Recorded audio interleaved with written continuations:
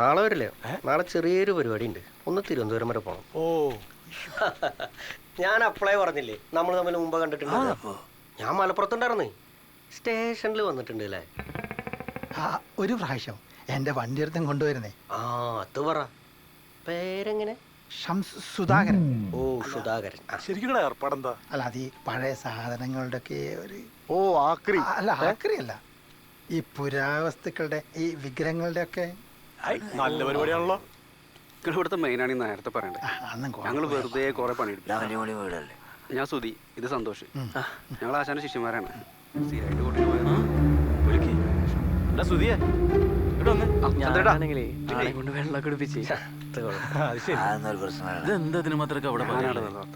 പിന്നെ ആ തിരുവല്ലാമല തയ്പ്പിക്കുന്ന ടീമില്ലേ, നമുക്ക് അവരുടെ ഏൽപ്പിച്ചൂടെ? അവരാകുമ്പോൾ അവർ ചെയ്തോളി.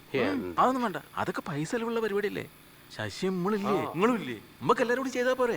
നാളെ ആ കേബിൾ ടി വിന്ന് ആൾക്കാരൊക്കെ വരണല്ലേ, 10 ആൾ അറിയണല്ലേ മൂപ്പരെ. ഒരു 10-15 ചെലവല്ലേ അവിടെ കൊടുത്തൂടെ? പിന്നെ കേബിൾ ടി വിക്കാരും നാട്ടുകാരും മുട്ടല്ലേ ഇവിടുത്തെ ചെലവ് കഴിക്കുന്നത്. എടോ മൂപ്പരെ ആർഭാടൊന്നും ഇല്ലാതെ ഒതുങ്ങി മരിച്ച ആളാ. അത് മരിക്കണേന്നെ മൂപ്പര് നാളിനോട് പറഞ്ഞിട്ടുണ്ടല്ലോ. സുധി, ഇങ്ങോട്ട് വാ, ഇങ്ങോട്ട് വാ. പറഞ്ഞ പോലെ ഉത്തരവാദിത്തപ്പെട്ട ആൾക്കാരൊക്കെ അവിടെയാണല്ലോ അല്ലേ. ഒരു മണയാദികള്. അത് കേട്ടോ.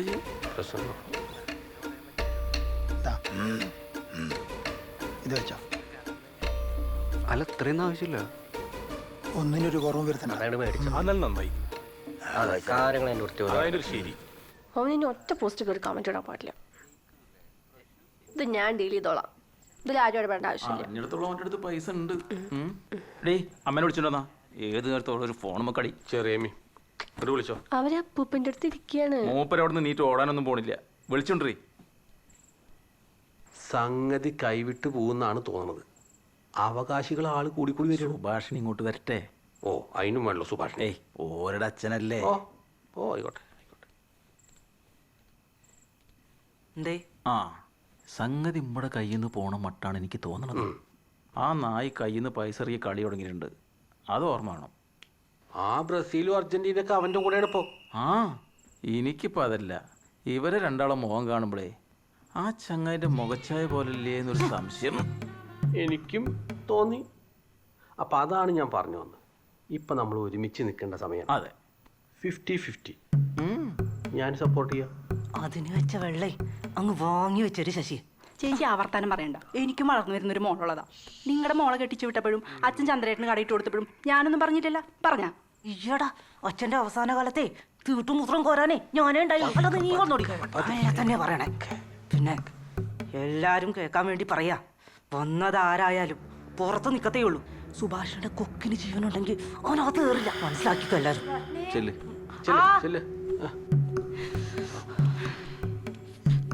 ഇവരോടൊക്കെ പറഞ്ഞിട്ട് വല്ല കാര്യമുണ്ടാ? അതെ, ഈ പെണ്ണുങ്ങൾ കേട്ടില്ല ഇറക്കില്ല പറഞ്ഞാൽ അതൊന്നും നടപടിയില്ല കേട്ടോ. ഇപ്പം നമ്മൾ നേരിട്ടിട്ടൊന്ന് മുട്ടാച്ചല്ലേ ഇപ്പം തീരണ പ്രശ്ന. നിങ്ങളുടെ ഒറ്റ മൂളല് മതി. അത് മതിയില്ലേ? അത് മതിന്നേ. ഇനി വയലൻസ് ആണെങ്കിൽ അങ്ങനെ നോക്കാന്ന്. ആ ഒന്ന് സ്റ്റേഡ് ആയിക്കോളും.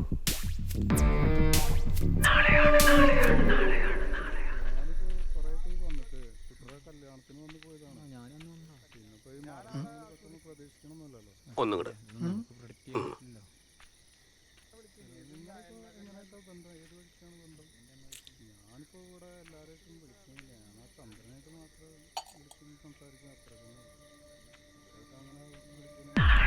ചന്ദ്രേട്ടാ,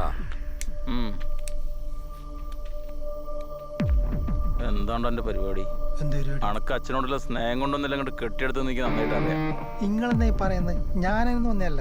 അതെ, ഞങ്ങൾ ഈ സ്വത്തിന്റെ കാര്യത്തിൽ ഒരു തീരുമാനം എടുത്തു. അത് ആൾറെഡി സെറ്റാണ്. അതിൽ പുറത്തുനിന്ന് ഒരാളുടെ ആവശ്യമില്ല. പിന്നെ ഇപ്പം എന്നെ അളിയാന്ന് വിളിക്കണോണ്ട് എനിക്ക് വലിയ വിരോധമൊന്നുമില്ല. ഇതിലും വലിയ ചെറ്റകളൊക്കെ ഞാൻ അളിയാന്ന് വിളിച്ചിട്ടുണ്ട്. അവിടുത്തെ അത് കിടക്കട്ടെ. എൻ്റെ ഉള്ളിൽ വല്ല ദുരുദ്ദേശമായിട്ടാണ് ഇങ്ങോട്ട് വന്നേച്ചാല് ഇവിടെ വെച്ച് നിർത്തിക്കുക. അല്ലെങ്കിലേ ശശിയെ, ഞാനിവിടെ വരുന്നവരെ എനിക്കൊരു ദുരുദ്ദേശം ഉണ്ടായിട്ടില്ല.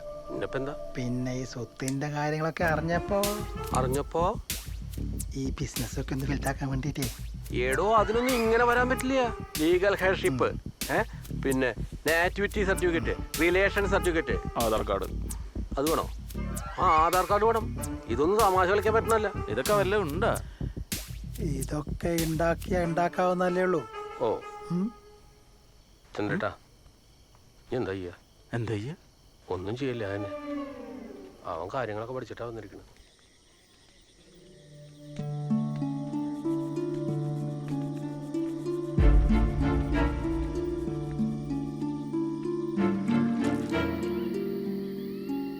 മരിച്ചു വരില്ലേ?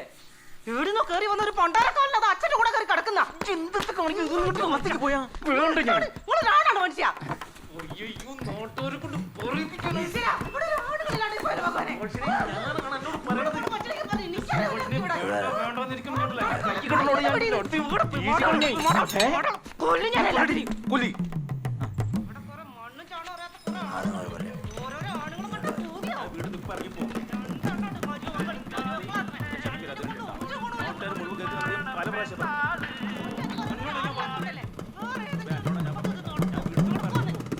ആ മേളപ്പൊലിമ നിലച്ചിരിക്കുന്നു. തന്റെ അപാരമായ സർഗശേഷി കൊണ്ട് പെരിങ്ങോട്ടുകര എന്ന കൊച്ചുഗ്രാമത്തെ ലോക പ്രശസ്തമാക്കിയ മേള കലാകാരൻ പെരിങ്ങോട്ടുകര നാരായണമാരാർ നിര്യാതനായിരിക്കുന്നു. ഈ ഒരു അവസരത്തിൽ പെരിങ്ങോട്ടുകര കേബിൾ വിഷനോടൊപ്പം അദ്ദേഹത്തിന്റെ കുടുംബാംഗങ്ങൾ ചേരുകയാണ്. താങ്കൾ ഈ ഒരു സമയത്ത് അദ്ദേഹത്തെ ഓർത്തെടുക്കുന്നത് എങ്ങനെയാണ്?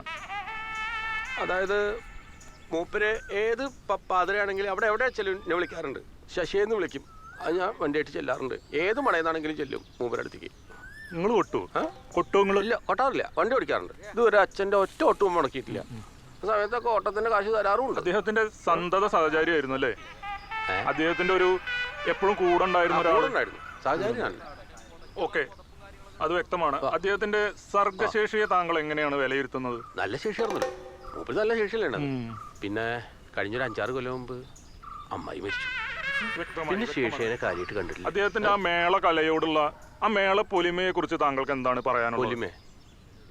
അതായത് ആ മേളത്തിന്റെ ഒരു പൊലിമ ഉണ്ടല്ലോ, അതിനെ കുറിച്ച് പൊലിമയെ കുറിച്ചിട്ട് ശരിയല്ലേ? അതായത് ഞങ്ങളൊരു 12-12:30 മണി കളി ഇങ്ങനെ തുടങ്ങാൻ സെറ്റായി നിൽക്കുക. അപ്പോഴാണ് ഈ വിവരം അറിഞ്ഞത്. അപ്പോൾ ഞങ്ങൾ എല്ലാവരും കൂടി ഇങ്ങോട്ട് പോന്നു. പിന്നെ മാരാരൊരു നല്ല വാദ്യകലാകാരനായിരുന്നു. അദ്ദേഹം വീണു. പക്ഷേ അപ്പുറത്ത് പൂലിക്കുട്ടികൾ നിൽക്കല്ലേ. ഞങ്ങളൊരു കളി തോറ്റു കൊടുത്തേ ഉള്ളൂ. ഇവരുടെ വികാരങ്ങൾ എന്തായാലും ഈ വാക്കുകളിൽ നിന്ന് വ്യക്തമാണ്. പ്രണാമം.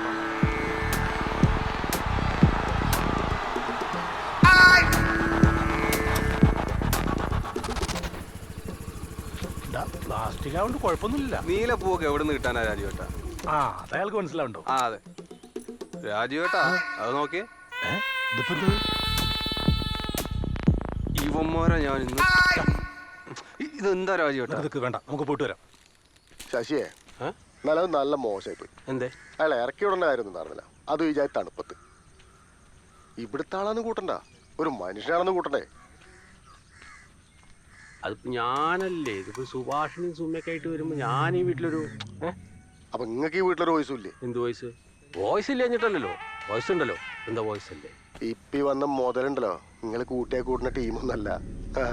ഈ പേരെ മുളപ്പ് നിന്ന് നിപ്പിൽ വാങ്ങാൻ കെൽപ്പുണ്ട്. ഈ പുരാവസ്തു എന്ന് പറഞ്ഞാൽ എന്താ നിങ്ങൾ കരുതി? വലിയ പരിപാടി? പിന്നെ അല്ല. അച്ഛാ, അമ്മ വിളിക്കണോ? ചെറിയൊരു കാര്യാട്ടോ, പോരാ. കൊറേ നേരമായി വിളിക്കണോ? അതവിടെ കഴിക്കണ്ടേ? പിന്നല്ലുണ്ട്. ഞാനേ ഒന്ന് പോയിട്ട് ഞാൻ എന്റെ വായിലേക്ക് കേൾക്കണ്ട. സലാമേ, എപ്പഴ എടുക്ക? അതെങ്ങനെ അറിയാം? അവിടെ ചോദിച്ചു നോക്ക്. ശവപ്പെട് എടുക്കാന്നല്ല ചോദിച്ചു. ആ ഫ്ലെക്സിബിൾ എടുക്കാൻ എന്നോട് ചോദിച്ചു. അതവിടെ ഇരുന്നോട്ടേങ്ങായി. ആൾക്കാർ കണ്ടോടത്തല്ലേ ഇത് കെട്ടുക. ഞങ്ങൾ മിഷാട് നെഞ്ചതാണ് ഒലക്കല ഫ്ലക്സ്. അടുത്ത കളി ഞാൻ കാണാം. അത് കഴിച്ചോണ്ടോ അവിടുന്ന് അന്റെ പടയുമ്പോ കയറും. ഈ റീ തന്നെ നെഞ്ചത്തും. ഓ ആയിക്കോട്ടെ. സലാമി കളിക്കൻ കേട്ടോ. പോടേക്കാം.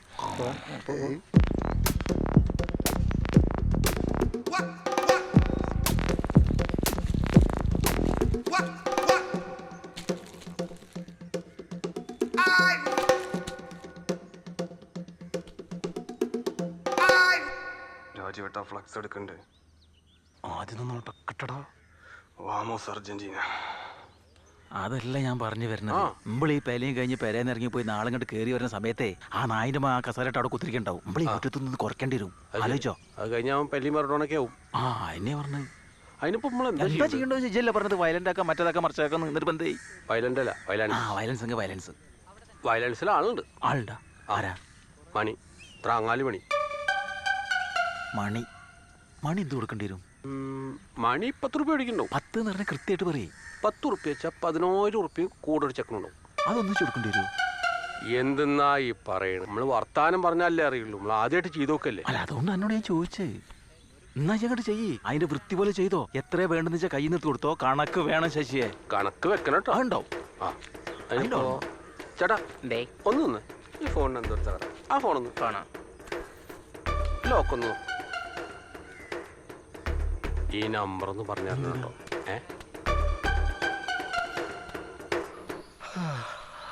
ചേട്ടോ, ഇന്നലെ എവിടെ കടന്നപ്പോ? ഞാനിവിടെ തന്നെ കിടന്നു. ഇതാണ് ഇപ്പത്തോ. മാമ എവിടെ പോയി? മാമനല്ല അതിനെ കൂട്ടാൻ വേണ്ടി പോയിട്ടുണ്ട്. അല്ല, ആള് മോക്ക് എത്ര വയസ്സുണ്ട്? സുഭാഷ് വരിക്കുമ്പോൾ അവൾ ഗർഭിണിയല്ലേ? ഒരു 2.5-3 വയസ്സുണ്ടാവും. ഓ, അത്രേ ഉള്ളൂ അല്ലേ? ആ അതെ. സുഭാഷ് ഏട്ടന് ഞങ്ങളൊക്കെ വലിയ കാര്യമായിരുന്നു. ഞങ്ങൾ ഒരുമിച്ചായിരുന്നു ഇവിടെ കുട്ടിനൊക്കെ. ഭയങ്കര കഷ്ടമുള്ള കാര്യം. സുഭാഷ് മരിച്ചിട്ടാണേലും കുട്ടി ഉണ്ടായിട്ടാണേലും ഒരാളും ഇവിടെ തിരിഞ്ഞു നോക്കിയില്ല. ഇപ്പം ടൗണിൽ ഏതോ ജ്വല്ലറിയിൽ നിൽക്കുകയാണ്. ഒന്ന് അന്വേഷിക്കലും വേണ്ടേ? എങ്ങനെ? അത്ര വിഷങ്ങളല്ലേ ഇവിടെ? ഇനിയിപ്പോൾ എന്തൊക്കെ ഉണ്ടാവാൻ പോകണോ?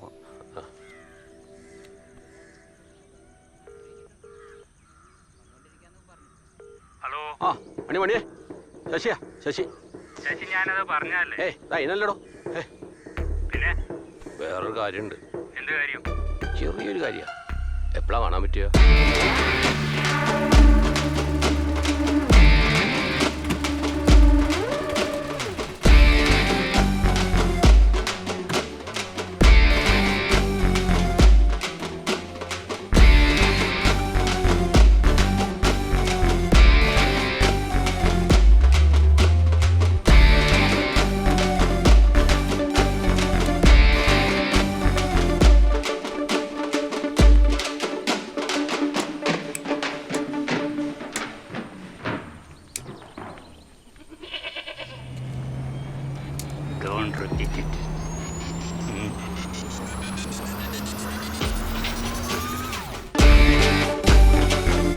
ഈ പൂവും കൂടി ഇവിടെ വന്നാലാരായി? പ്രിവിലേജ് മെമ്പറായി. പിന്നെ ഈ പൂവും കൂടിയിട്ടാണ് അങ്ങേക്ക് വേണ്ടി പണിയെടുക്കണം. ആ പിന്നെ അങ്ങ് പണിയെടുക്കണ്ട, വരവാണ്. അതെ, സൈക്കിൾ വർക്ക്ഷോപ്പ് നടത്തുന്ന ഷാജിയില്ലേ? ഒന്നുകൂടി വരും. മണിയേട്ടൻ വിളിക്കണം. ഏത് മണി? മണിയേട്ടൻ അറിയില്ല? ഇല്ല. പട്ടാളം മാർക്കറ്റ് എന്ന് കേട്ടിട്ടുണ്ടോ? ഇല്ല. വാ, പറഞ്ഞുതരാം. എന്ത് വണ്ടി വിലയാണാവോ? ആരാണെന്ന് മനസ്സിലായ? പഞ്ചായത്തിന് ഫുഡിന്റെ വേസ്റ്റ് എടുക്കാൻ വന്ന ആളല്ലേ? അല്ല. ആ, ദഹിപ്പിക്കാൻ വന്ന ആൾക്കാരെ. അതെ, ഡെഡ് ബോഡി അല്ല. നിന്നെ മനസ്സിലായില്ല. ടൂൾസ് എടുക്കട്ടെ മണിയേട്ടാ? നോ. ഓ, ടൂൾസ് ഒക്കെ ഉണ്ടല്ലേ?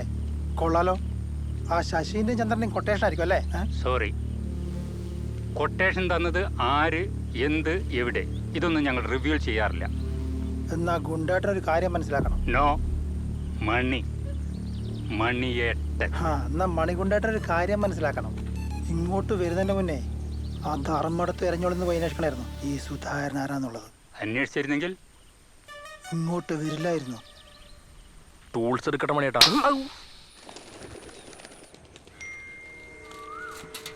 പിടിക്കണ ചങ്ങാതി, ഇത് കത്തിയണ്ണ കൂടെ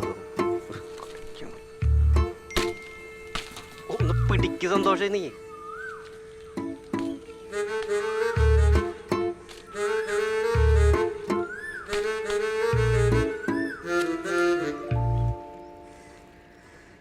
അതെ, നമ്മളിവിടെ വന്നിട്ടുമില്ല, നിങ്ങളെ കണ്ടിട്ടുമില്ല.